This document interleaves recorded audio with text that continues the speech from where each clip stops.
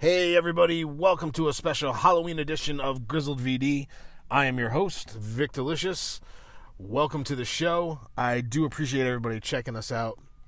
You know, today is going to be a little bit of a different version of the podcast. For the last few episodes and everything like that, I have been kind of reviewing the current product. But and this came as a suggestion from one of our House of Hardcore students, Chris Mira, CJ Mira,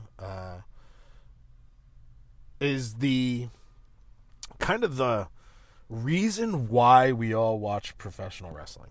And, I think that it's a really basic idea and a really basic question to kind of start this out with, but I feel that I have to kind of give my view on this topic if everybody's going to keep listening to me. The only way that I can do that is to just tell you guys how I see it and what's always been taught to me in professional wrestling. So it's easiest for me just to come into this format and just talk. Why are you a fan of professional wrestling? What is it about it? What constitutes a good match? Why do you feel the way that you do at the end of a professional wrestling match, good or bad? All of those things are some of the hot points that I want to discuss today. Professional wrestling and why. So, I've been doing this for 18 years. I started in professional wrestling in 2001. I was trained at the World of Hurt Wrestling School in Schenectady, New York. I attended numerous camps during that time with Dr. Tom Pritchard, and I had my very first WWE match in January of 2003. Later on in 2003, I attended the first Ohio Valley Wrestling tryout camp, and I was accepted into the team, and I was, brought to Ohio Valley Wrestling. I moved there on my own dime and was training to earn a contract with WWE. My head trainer was Rip Rogers, and then throughout that time, we also had Al Snow, Lance Storm, Bill DeMott, Jim Cornette, Danny Davis, that were coming through there. Also in my training, before that I went to the Dory Funk Jr. School down in Florida. I spent a week down there with him during one of those camps. I wrestled Adam Windsor and Osamu Nishimura, for everybody who knows who that is. And my very first WWE match was against Sean O'Hare. And my time in Ohio Valley Wrestling, I wrestled as Rob Begley.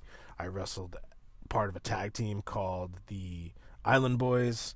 I also wrestled as Vic Delicious, and part of my degree, my bachelor's degree from college, I had transferred schools down to Louisville, Kentucky, and my final project was to develop and debut a character on television. And I worked hand in hand with Jim Cornette to do that. He was the reason that I graduated college. He actually signed off on my paperwork. And then from there, I left Ohio Valley Wrestling in 2005, formed the tag team The Now, and then traveled across the United States with my very best friend, Hale Collins, to be a part of the tag team The Now. We were brought to SmackDown, we were brought to Impact, we wrestled the best of the best for the last, better part of almost 15 years now. So I kind of have an idea of what I'm talking about here. I've been in matches with the people that you have always watched on television. I have been in those positions. I have been taught by the best, and I'm gonna just try to put some of that out there for you guys so that you can understand where I'm coming from. I don't want to tell you guys how the sausage is made. That's a big thing to me. But I also feel that professional wrestling has moved past the point of this secret society and kayfabe that we used to live in. I can remember a time in professional wrestling where if I took a picture of, let's say, for example, the truck behind WWE, the production truck, or those big trucks that they have where you see all these people always posting pictures of them. If I had ever taken a picture like that and posted it on social media, I would have been blackballed forever out of professional wrestling.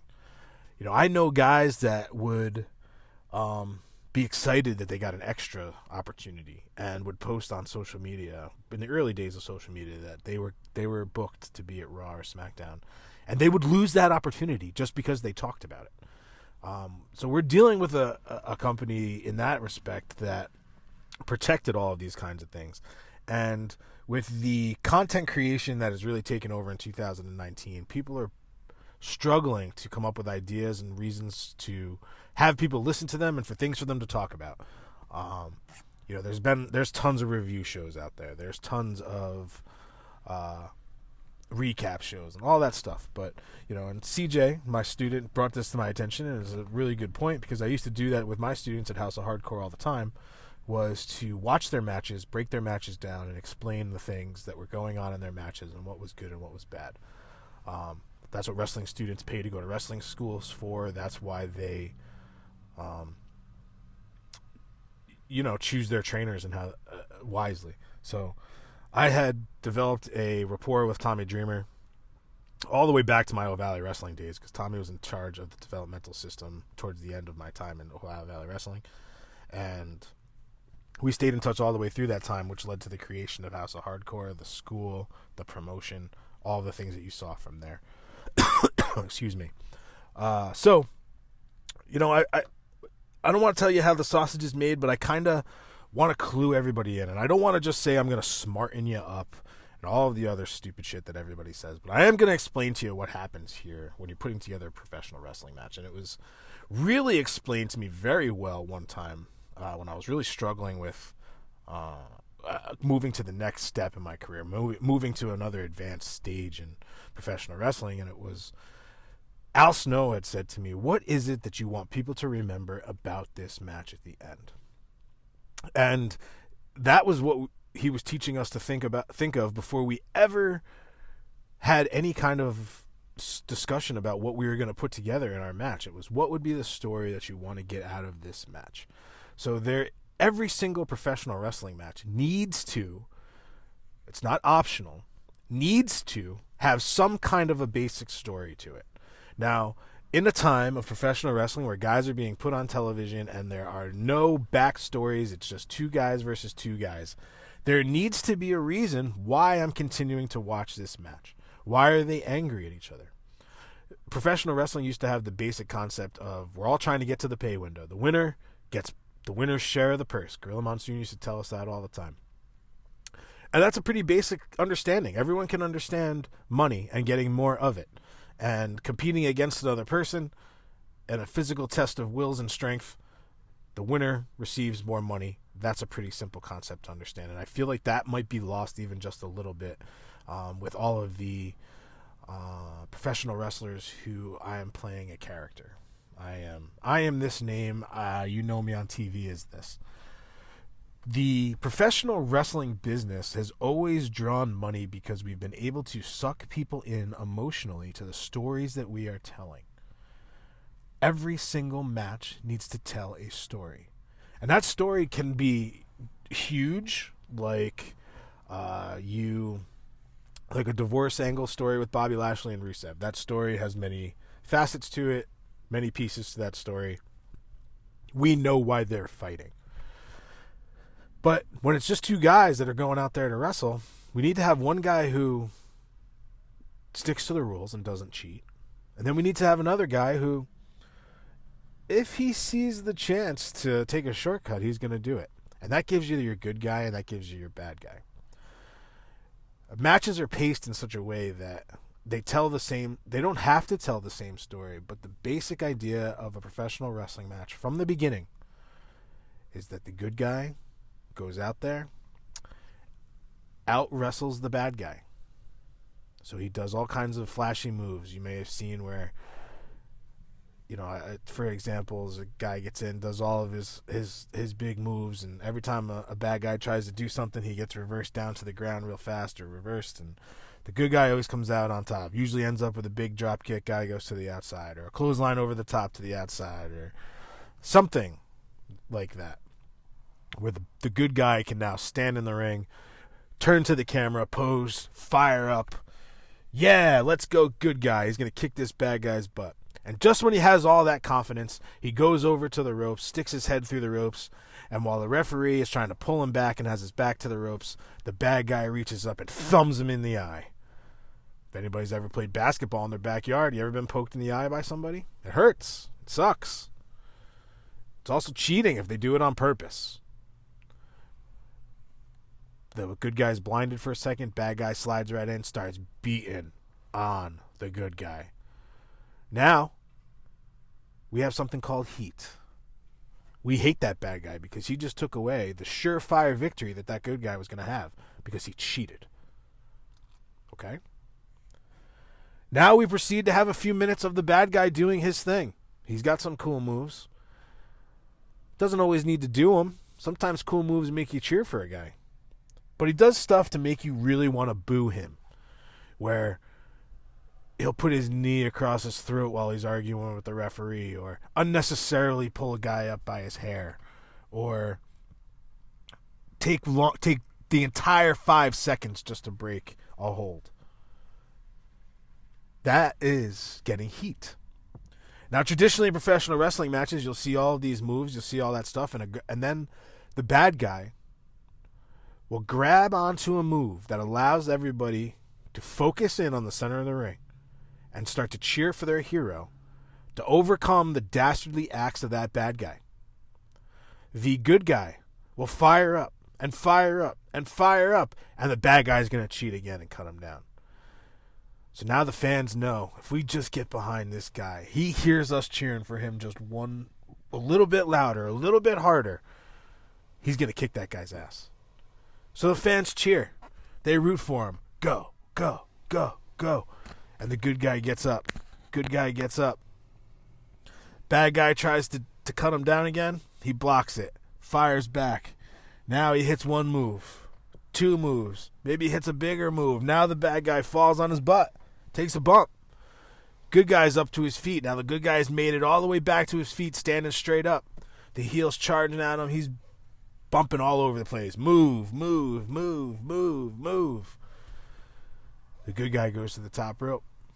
Hits a big flying crossbody. 1, 2. Kick out by the bad guy. Oh, what are we going to do here? What are we going to do? The good guy, he's going to try and take it up a notch. He's going to try and go for something bigger. Goes for another big move. The bad guy rolls out of the way. Misses. Oh, our hero. Our hero. He tried to take a chance, and it didn't pay off. He misses. No water in the pool. The bad guy sets up for his big move. Setting up for his big finish. He's coming in for the move. Grabs a hold of the good guy. Pulls him up. Pulls him up from the ground. The bad guy snatches him. Or the good guy snatches him, rolls him up. 1, 2, 3. Win out of nowhere. The place go banana. Everybody's cheering. Good guy slides out of the ring. The heel sitting on his butt wondering what just happened. He snatched defeat out of the jaws of victory. And we have a winner. You're a good guy. Okay, that's your basic wrestling match, guys. That's how it starts. And then from there, you see all the iterations of professional wrestling that we have out there. And we do... there's different false finishes and there's different maneuvers that are added into the equation that I just laid out there for you that spice up professional wrestling. But at the end of the contest, there needs to be some sort of feeling that's evoked from you that makes you want to continue to watch and continue to see that story play out. A lot of times in professional wrestling in 2019, we're not necessarily focused on that story. A lot of times we're very focused on the moves, and we're very focused on the reaction from the crowd. The oh, 1, 2, oh. Okay, when nothing can beat you, it changes the story that fans have been programmed to understand. Okay, and when you're not selling, and when you're not registering moves, and you're just going from one to the next as if nothing hurts, that the mat is padded, it's where you start losing people. Now, the question I beg for all of you out there is, what makes some of these matches that you see so awesome?